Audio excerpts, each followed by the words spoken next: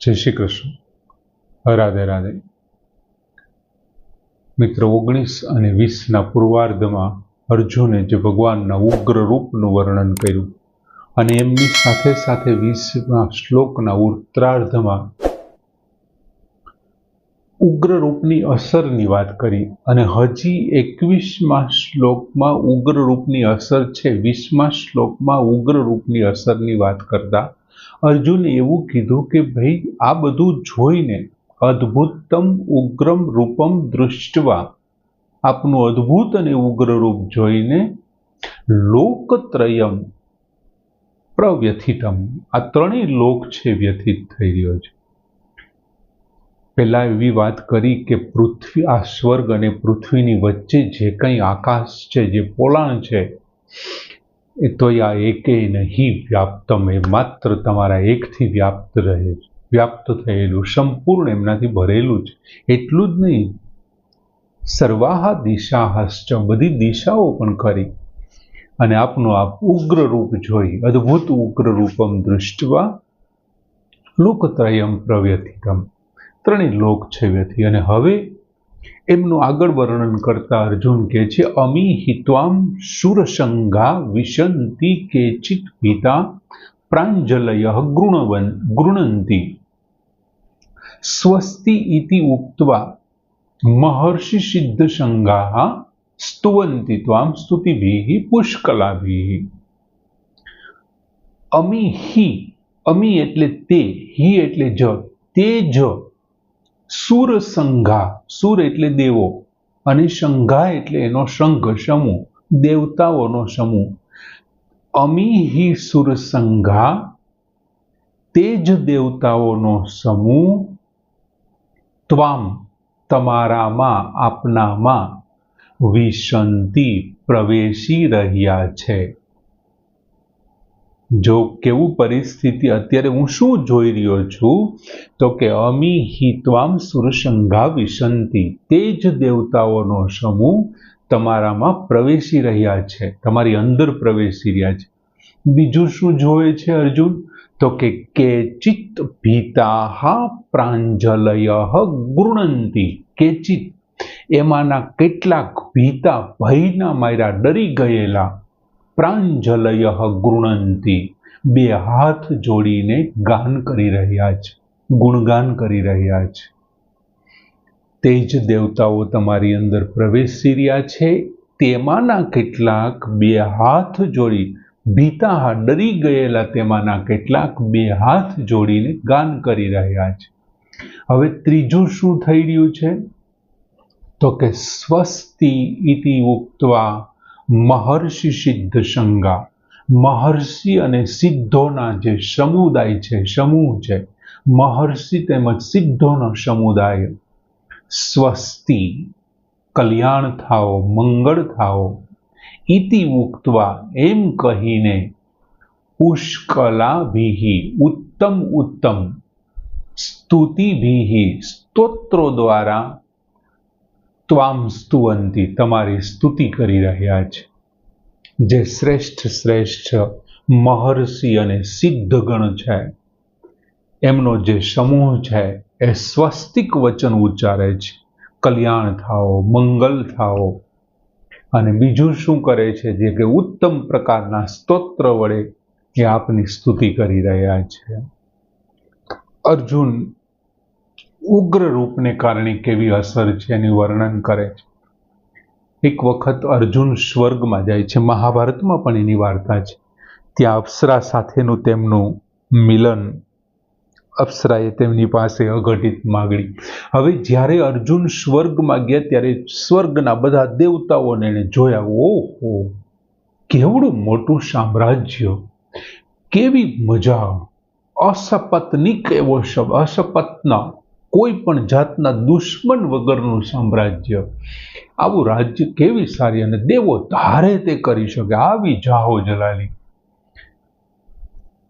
એનાથી પ્રભાવિત તો થયા જ હશે અર્જુન, કેમ કે ક્ષત્રિયનો બાળક હતો અર્જુન, અને ક્ષત્રિયનો સંતાન રાજ કરવા માટે જ, અને આવું કોઈ રાજ વ્યક્તિઓ અને રાજવીને જોવે એટલે સ્વાભાવિક છે કે એમના મનમાં લાલચ જાગી હોય, અથવા એને મનોમન વખાણ થઈ ગયા હોય અને એ દેવતાઓને અત્યાર સુધી પોતાના આઈડિયલ તરીકે એમણે રાખ્યા હોય, એના આદર્શ તરીકે.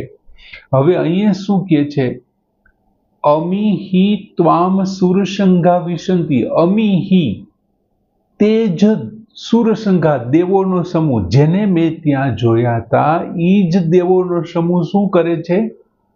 ત્વામ વિશંતિ, તમારી અંદર પ્રવેશ કરી રહ્યા છે. એનું તો અહીંયા તમારી પાસે કાંઈ નથી આવતું. આપણે જેને ગમે તેને પગે લાગતા હોય, બમ કરતા હોય અને ફરી પાછા કોકને પાસે આપણે જઈએ અને ત્યારે એ વ્યક્તિને એને પગે લાગતો હોય, નીચો બેઠો હોય, તો આપણા બધાના મગજમાં શું છે કે ભાઈ ભારતનો મોટો માણસ એટલે કોણ? એટલે તરત બધા એમ કે ગાંધીજી.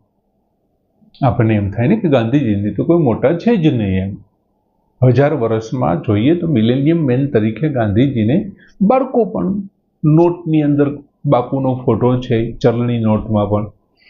એટલે સ્વાભાવિક આપણને એમ થાય કે બાપુ મોટા છે. હવે એક વખત બાપુ બા એટલે કે કસ્તુરબા, પછી હરિભાઈ ને એ ચારે ભાઈઓ શાંતિ નિકેતનની અંદર આપણે ટાગોર સાહેબને મળવા ગયા. આપણું જેમણે જનગણ મન રાષ્ટ્રગીત લખ્યું છે તે. ત્યારે બાપુ અને બા એક બાજુ બેઠા અને ચારે છોકરા પણોઠી વાળીને નીચે બેઠા અને બાપુ છે લગભગ હિંડોળે અથવા તો ખુરશી ઉપર બેઠા. એટલે ટાગોર સાહેબ છે એ ખુરશી ઉપર કે હિંડોળે બેઠા, બા ને બાપુ નીચે પણોઠી વાળીને, સામે છોકરા પણોઠી વાળી. તમે વિચાર કરો, જેમની પાસે મોહનદાસ કરમચંદ ગાંધી અને કસ્તુરબા જ્યાં પણોઠી વાળીને નીચે બેઠા હોય અને પેલા ઉપર બેઠા હોય, તો એ કેવડા વ્યક્તિ હશે? રવિન્દ્રનાથ ટાગોર કેવડા વ્યક્તિ હશે? કાકા સાહેબ કાલેલકર તો ખાલી રવિને એનો તડકો ન ગમે તો ક્યાં જાય એટલું બોલતા, પણ જેમની જીભ અચકાતી હતી રવિન્દ્રનાથ ટાગોરની સામે. વ્યાકરણના પોતે મહાન વિદ્વાન કાકા સાહેબ પણ સવાઈ ગુજરાતીનું જેમને બિરુદ મળ્યું હતું, બાપુએ આપ્યું હતું એમ. એટલે એ લોકો પણ અહીં નીચે બેઠા હતા. તો હવે એ જે એમને નથી ઓળખતા, રવિન્દ્રનાથ ટાગોરને છે નથી ઓળખતા, અને ગાંધીજીના જે સેવકો છે એ આ દ્રશ્ય જોઈ જાય તો રવિન્દ્રનાથ ટાગોર વિશે શું વિચારે? અર્જુનને આવું થયું ભગવાનની બાબતમાં. પેલા દેવોને અર્જુન ઓળખતો હતો. અને અમિહિ ત્વામ સુરસંઘા વિશંતિ, આ બધા દેવતાઓ તો તમારી અંદર પ્રવેશી રહ્યા છે. સમજાય છે? એવી સ્થિતિ થઈ. હવે એમાંથી પાછું શું થયું? કેચિત ભીતા પ્રાંજલય ગૃણંતી, એમાંય કેટલાક ડરી ગયેલા બે હાથ જોડીને તમારા ગુણગાન કરે છે. આ જે પ્રવેશી રહ્યા છે એમાંથી અમુક જે હજી છે, જે દેવતાઓનું આયુષ્ય પૂરું થઈ ગયું છે, એ લોકો તમારી અંદર પ્રવેશી રહ્યા છે. હવે બીજું શું થયું છે કે જે અજાન દેવતા છે, કે જેમની આયુષ્ય ખૂબ લાંબુ છે, જેમનું આયુષ્ય લાંબુ છે, હજી આયુષ્ય પૂર્ણ નથી થયું. ઓલા લોકો તો પ્રવેશી રહ્યા છે, પણ જેમનું આયુષ્ય જે બાકી છે, જે અજાન દેવો છે, એ ભગવાનના જે આવા સ્વરૂપ છે, જેમ કે નૃષિ અવતાર છે, નૃષિ વગેરે, અમુક એવા ઘણા રૂપ છે ભગવાનના કે જે આપણે જોઈએ તો પણ આપણને તમતમાટી ચડી જાય. આવા નૃષિ વગેરે ભયાનક રૂપોથી ભયભીત થઈ ગયા છે, અથવા તો એમનું આયુષ્ય બાકી છે એટલે મૃત્યુથી ડરી રહ્યા છે, મૃત્યુથી. અને એવા બધા દેવો શું કરે છે? તો કે બે હાથ જોડી તમારા ગુણ છે, તમારી લીલાઓ છે, એ બધાનું તેઓ ગુણગાન કરે છે, તમારું ગુણગાન કરે છે, તમારા લીલાઓને ગાય છે. બીજું, દેવતાઓ ખરેખર તો શું થયું છે? ઋષિ અને આ જે કાળરૂપી મૃત્યુ છે એમનાથી ડરી અને સ્તુતિ કરે છે. કેમ કે દેવતાઓ પણ વિરાટ રૂપનું એક અંગ છે, પણ અર્જુનને એવું લાગે છે કે તે વિરાટ રૂપથી ડરી ગયા છે. એ મારી જેમ વિરાટ રૂપથી ડરી ગયા છે ને એટલા માટે સ્તુતિ કરે છે. ખરેખર તો એ પણ એક વિરાટ સ્વરૂપનું એક અંગ જ છે. દેવતાઓનું ડરવું, આ તે બધું એ પણ એક એની અંદર અર્જુન જોઈ રહ્યા છે, એવી અર્થમાં છે.